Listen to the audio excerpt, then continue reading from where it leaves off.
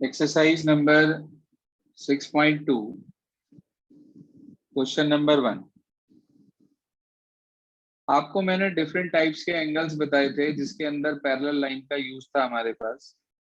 तो ये ध्यान रखना कि सिर्फ दो तरह के एंगल्स को छोड़कर लीनियर पेयर और वर्टिकली अपोजिट, इन दो को छोड़कर बाकी जितने भी हमारे पास हैं उन सभी के अंदर हमारे पास पैरेलल लाइन का जो है रिक्वायरमेंट रहती है। अब क्वेश्चन नंबर 1 एक्सरसाइज नंबर 6.2 क्या कहा गया, सुनिए ध्यान से। उसने हमारे से ये कहा कि भाई find the values of x and y and then show that A B parallel to C D. सुनिए ध्यान से। ये आपने दो लाइंस ड्रॉ करी, ये दिखने में भले ही पैरेलल है लेकिन इसने क्वेश्चन में दिया नहीं है कि ये पैरेलल है। हमें इसे प्रूव करना है कि ये दोनों लाइंस हमारे पास पैरेलल होंगी। मैंने इसे ऐसे बना दिया, इसे इस तरीके से, ये दोबारा बना देते हैं, कोई इशू नहीं। ये आपके पास दो लाइंस हैं, एक का नाम है हमारे पास ए बी, दूसरे का नाम है हमारे पास सी डी। ये इसमें ट्रांसवर्सल बना हुआ है। आपको यहां पर एंगल दिया है 50 डिग्री और मेरे बच्चे दूसरा एंगल यहां दिया है आपको 130 डिग्री। ये दिया है y और ये दिया है x। उसने हमारे से ये कहा कि पहले x और y की वैल्यू निकालनी है और उसके बाद लाइनों को पैरेलल दिखाना है। मैं आपसे पूछना चाहता हूँ, how will you find out the value of x?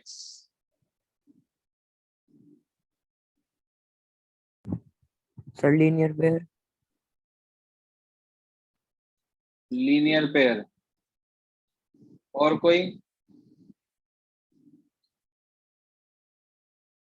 हाँ जी, और कोई? तो पहले लीनियर पेयर से निकालेंगे फिर अपोजिट एंगल्स करेंगे, वर्टिकली अपोजिट एंगल। पहले लीनियर निकालेंगे फिर वर्टिकली से करेंगे, ऐसे भी कर सकते हैं, लीनियर पेयर भी लगा सकते हैं। और कुछ? Sir alternate interior angles. Sir alternate interior angles या कॉरेस्पॉन्डिंग एंगल्स। बिल्कुल ही दिमाग चलाना ही नहीं। अरे भाई लाइन तो पैरेलल ही नहीं है, ना तो कॉरेस्पॉन्डिंग लगेगा, ना ऑल्टरनेट इंटीरियर लगेगा, ना आपके पास ऑल्टरनेट एक्सटीरियर लगेगा, ना कोई इंटीरियर लगेगा। इन चारों में से, पांचों में से कोई एंगल नहीं लग सकता। सिर्फ और सिर्फ हमारे पास जो अप्लाई होगा वो एक्स और वाई अप्लाई होगा, और वो भी लीनियर पेयर और वर्टिकली अपोजिट से अप्लाई होगा। तो आप क्या करेंगे? आप कहेंगे कि x plus 50 degrees equals to 180 degrees होंगे हमारे पास, और ये होगा आपके पास लीनियर पेयर से। आप 50 को उधर भेज देंगे, आपके पास x की वैल्यू आ जाएगी 130 डिग्रीज। अब इसके बाद हम आगे चलते हैं, y निकालना है हमें। कुछ बच्चे फिर वही बेवकूफी करते हैं, x निकाल लिया 130, उसके बाद कहते हैं x equal to y alternate interior. अरे भाई ऑल्टरनेट इंटीरियर एक्सटीरियर आप अप्लाई नहीं कर सकते। तो आप क्या करेंगे? इसके अंदर आप कहेंगे y इक्वल होगा 30 डिग्री के। तो हमारे पास हम ये कह सकते हैं कि y इक्वल होगा 130 डिग्री के। किस लिए होगा भाई y 130 के इक्वल? Vertically opposite angles. ये आ गया हमारे पास y। तो आपके पास x आ गया, आपके पास y आ गया। अब जब हमें x और y दोनों मिल गए तो हम ये कह सकते हैं यहाँ पर इस स्टेज पर कि भाई x और y दोनों इक्वल आ गए। अच्छा, it implies x equals to y आ गया और इक्वल्स टू 130 डिग्रीज हो गया। ये दिखने में कैसे एंगल है मुझे बता सकते हो आप? Sir alternate interior angle.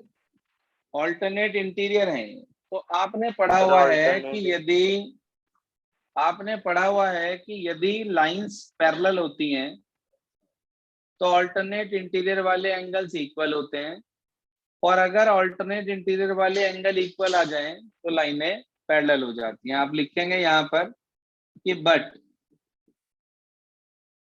These are alternate interior angles, so AB parallel to CD।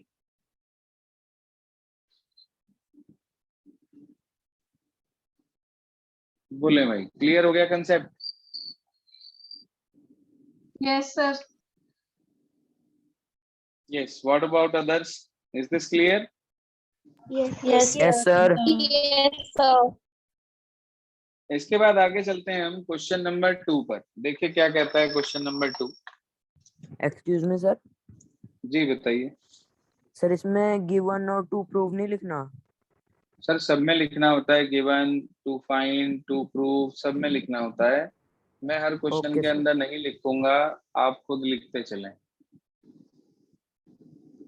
Question number 2, कोई भी क्वेश्चन ज्योमेट्री का बिना फिगर, बिना गिवन, बिना टू प्रूव, टू फाइंड नहीं होता। उसने कहा ए बी सी डी के पैरेलल है, सी डी ई एफ के पैरेलल है। जी हाँ सर, उसने कहा ए बी सी डी के पैरेलल है, सी डी ई एफ के पैरेलल है। ये तीनों लाइंस उसने आपस में पैरेलल दे दी हमें, और उसने हमारे से कहा कि y और z की रेशियो 3:7 है। आपसे वो कह रहा है x निकालना है। ये लाइन ड्रॉ कर दी हमने, ये a, ये b, ये c, ये d, ये e और ये f, ये है हमारे पास। अब उसने हमें यहाँ पर x दे दिया, यहाँ y दे दिया, उसके बाद उसने हमें ये वैल्यू z दे दी। साथ ही साथ ये भी गिवन दिया हमें कि y और z की जो रेशियो है वो 3:7 है, और लाइनें पैरेलल दे रखी हैं, A B parallel C D parallel E F. कह रहा है फाइंड x। आप लिख देंगे टू फाइंड x। जी हाँ, सॉल्यूशन बता सकता है आप में से कोई स्टूडेंट कैसे कर सकते हैं? कुछ सर दिमाग को लगा सकते इंटीरियर हैं? एंगल्स। नहीं, को इंटीरियर कौन से हैं? को interior sir x + y = 180 reason को इंटीरियर एंगल्स। अच्छा, अब मेरे पास ना तो x है ना y है, मैं कैसे निकाल लूं? Sir, 3x + 7x. नहीं जी, 3x + 7x नहीं। और कोई?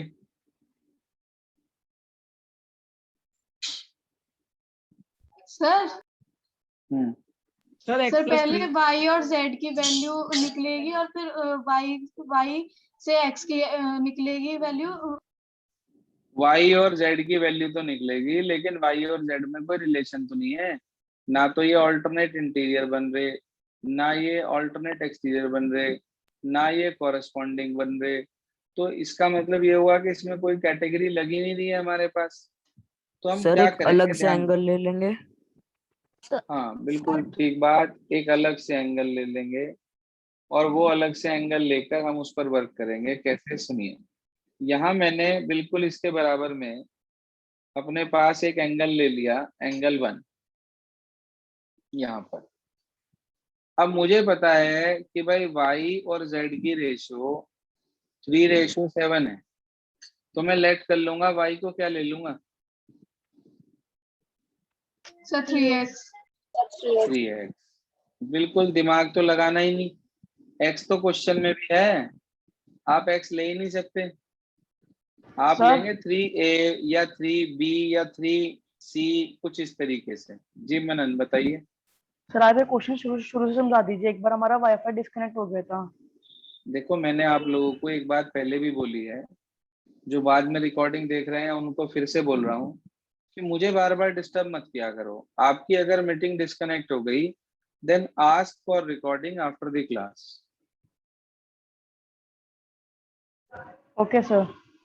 सुनिए ध्यान से, ए बी सी डी के पैरेलल है, सी डी ई एफ के पैरेलल है, ये ट्रांसवर्सल है।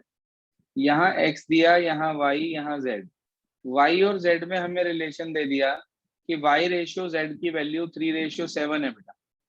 लेकिन वाई और जेड को जब हमने फिगर में देखा तो उनके अंदर आपस में कोई रिलेशन एग्जिस्ट नहीं कर रहा है, तो इसलिए हमने एक अलग से एंगल ले लिया 1।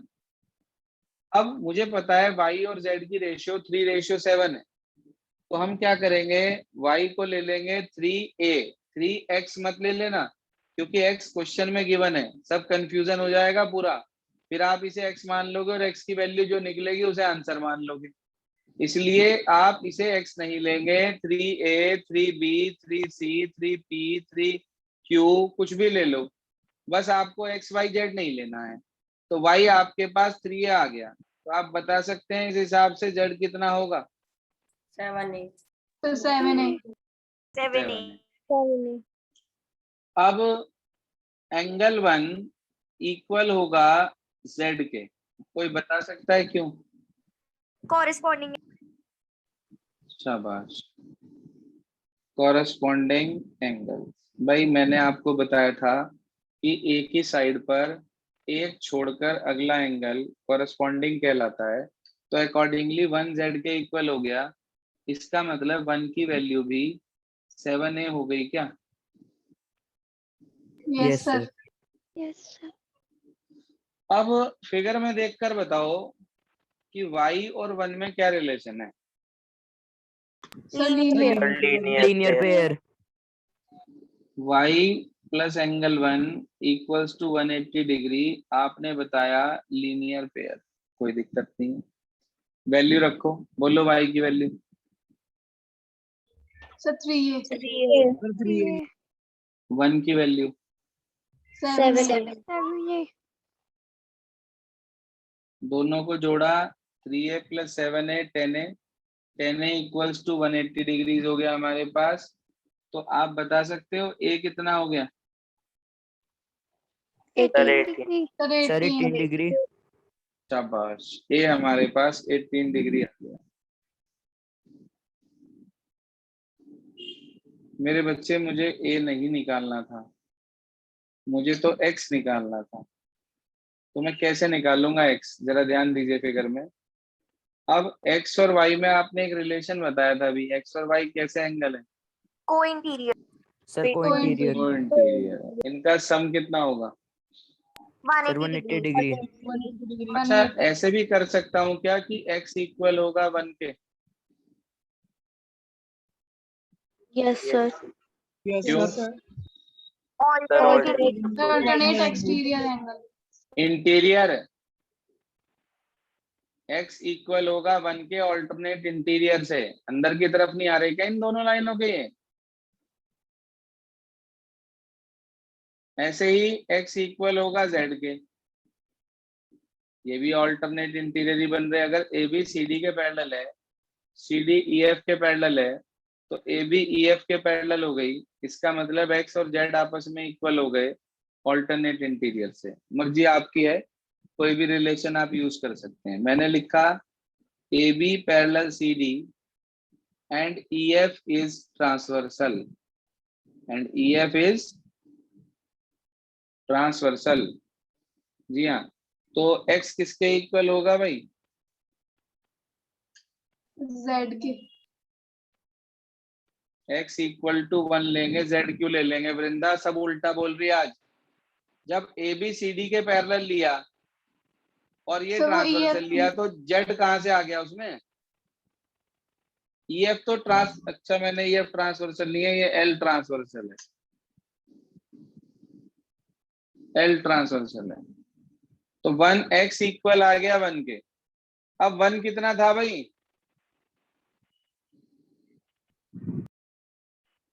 सर 7 है। a की वैल्यू 18। बताओ भाई 18 इंटू 7 करके कितना आया?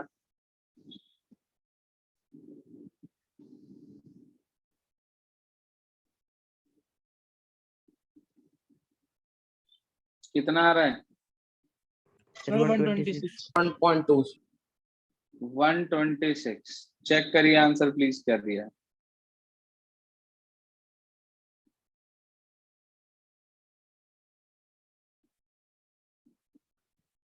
Check answer from your book. 126. There are so many ways for this particular question. मैं ये नहीं कह रहा हूँ आपसे कि it is the only method for this question. You can do this question by any of the method. Either you will take co-interior, or you will take this and this alternate interior, or any other correct method you can use. But remember this thing कि वो method बिल्कुल perfect होना चाहिए, कोई भी angle आप उसमें गलत कंसीडर ना कर लें। बात क्लियर हो गई सभी को? Yes sir. Yes sir. देखो Yes, sir. एक्सरसाइज नंबर 6.2 से आज मैं आपको सिर्फ 3 क्वेश्चन ट्राई करने के लिए दे रहा हूँ। देखते हैं कितने आपसे होते हैं और कितने नहीं होते हैं। 2 मैंने आपको एक्सप्लेन कर दिए हैं, 3 मैं आपको ट्राई करने के लिए दे रहा हूँ। एक क्वेश्चन 3, एक 4 और एक 5। सिर्फ ट्राई, समझाऊंगा मैं ही कल को, मगर एक बार कोशिश करके देखिएगा आपसे होते हैं या नहीं होते हैं।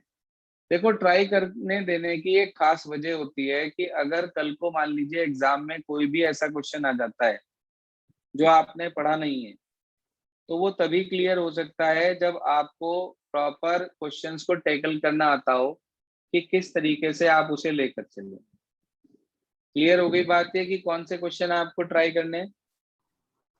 Yes, sir. Yes sir. Yes, sir. तो 6.2 एक्सरसाइज का क्वेश्चन नंबर 1 और 2 आज आपको रिपीट करना है, और एक्सरसाइज 6.2 का ही 3rd, 4th और 5th क्वेश्चन आपको ट्राई करना है आज।